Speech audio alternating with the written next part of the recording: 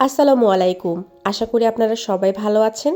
দেখতে দেখতে আরও একটা বছর পার হয়ে গেল। ২০২৪কে অতিক্রম করে আমরা ২০২৫-এ পা দিতে যাচ্ছি। আমি আশা করি আর দোয়া করি আপনাদের সবার নতুন বছর অনেক ভালো কাটুক। ২০২৪-এ আপনাদের সবার যা যা অপ্রাপ্তি রয়েছে সেগুলো ২০২৫ সালে পূরণ হোক। আপনারাও আমার জন্য দোয়া করবেন সবাই। একদম সকালবেলা থেকেই আজকের ব্লগটা শুরু করছি। আজকের নাস্তায় আছে পরোটা, এর সাথে ছানার সন্দেশ। এই ছানার সন্দেশটা আমার খুবই পছন্দ। আম্মু এখানে আমার জন্য হেয়ার প্যাক বানাচ্ছে। সমস্ত মায়ের যে কমন প্রবলেম আর কি, চুল নষ্ট হয়ে যাচ্ছে। আর অ্যাকচুয়ালি আমার চুল অনেক বেশি ড্রাইও হয়ে গেছে। এই হেয়ার প্যাকটা কিন্তু আমার অনেক উপকারে এসেছে, খুবই ভালো এটা। আপনাদের কারো যদি এই রেসিপি লাগে আমাকে কমেন্টে জানাবেন। অনেকেই আমি দেখেছি যারা ব্রয়লার মুরগি একদমই খেতে চান না, তাদের জন্য আমার আজকের এই রেসিপিটা। আর ট্রাস্ট মি, এইভাবে চিকেনটা রান্না করলে এটা খুবই মজা হয়। আপনারা অবশ্যই একবার এটা ট্রাই করে দেখবেন। চিকেনটাকে আম্মু সুন্দর মতো ধুয়ে এর মধ্যে প্রথমে লেবুর রস দিয়ে দিল। এরপরে হলুদ, মরিচ আর লবণ দিয়ে আম্মু চিকেনটাকে ভালো মতো মাখিয়ে নিচ্ছে। চিকেনটাকে একদম ভালো মতো মাখিয়ে আম্মু এটাকে 10 থেকে 15 মিনিটের জন্য রেস্টে রেখে দিল। এবার আম্মু প্যানের মধ্যে তেল দিয়ে দিল। তেলটা হালকা গরম করে এর মধ্যে আম্মু একে একে চিকেনের পিসগুলোকে দিয়ে দিচ্ছে। মানে চিকেনটা রান্নার আগে এটাকে আম্মু ভালো মতো প্রথমে ফ্রাই করে নিবে। তো এখানে আম্মু সবগুলো চিকেনকে দিয়ে দিল। অনেকের একটা কমপ্লেন থাকে যে ব্রয়লার মুরগিতে একটা স্মেল থাকে। সো এইভাবে চিকেনটাকে ফ্রাই করে নিলে একদম কোনো রকমের আর স্মেল থাকে না, আর খেতেও অনেক বেশি মজা লাগে।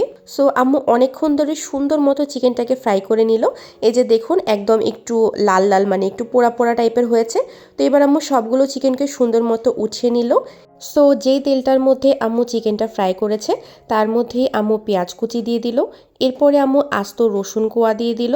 কিছুক্ষণ এটাকে ভালো মতো আম্মু ফ্রাই করে নিল। এবার আম্মু এর মধ্যে বাকি মশলাগুলো দিয়ে দিবে। আম্মু এখানে তেজপাতা, গরম মশলা দিয়ে দিল। এরপরে আম্মু এর মধ্যে হাফ চা চামচ জিরা বাটা, হাফ চা চামচ আদা বাটা আর হাফ চা চামচ রসুন বাটা দিয়ে দিল। এবার আম্মু এর মধ্যে হলুদের গুঁড়া আর মরিচের গুঁড়া দিয়ে দিল। মশলাটাকে কিছুক্ষণ কষিয়ে এবার আম্মু এর মধ্যে খুবই গুরুত্বপূর্ণ একটা জিনিস দিয়ে দিচ্ছে, আর সেটা হচ্ছে টক দই। এই রান্নাটার জন্য টক দই খুবই ইম্পর্ট্যান্ট, মানে টক দই দিলে এটার স্বাদটা একদম অন্যরকম হয়ে যাবে। তো টক দই দেওয়ার পরে আম্মু মশলাটাকে আবার কিছুক্ষণ ভালো মতো কষিয়ে এর মধ্যে লবণ আর একটা মশলার গুঁড়া দিয়ে দিল।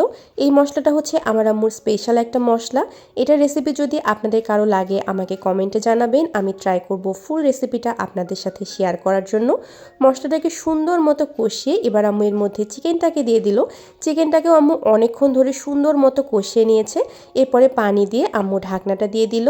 আর আমাদের চিকেনটা কিন্তু রেডি হয়ে গেছে। এই যে দেখুন, একদম কি সুন্দর হয়েছে। আমি জানি না ক্যামেরাতে এটা কতটা বোঝা যাচ্ছে, বাট ট্রাস্ট মি, এটা খুবই মজা হয়েছে। আর এইভাবে চিকেন আম্মু আমাকে মাঝে মাঝেই রান্না করে দেয়, খুবই পছন্দ আমার। আপনারাও অবশ্যই এটা বাসায় ট্রাই করে দেখবেন।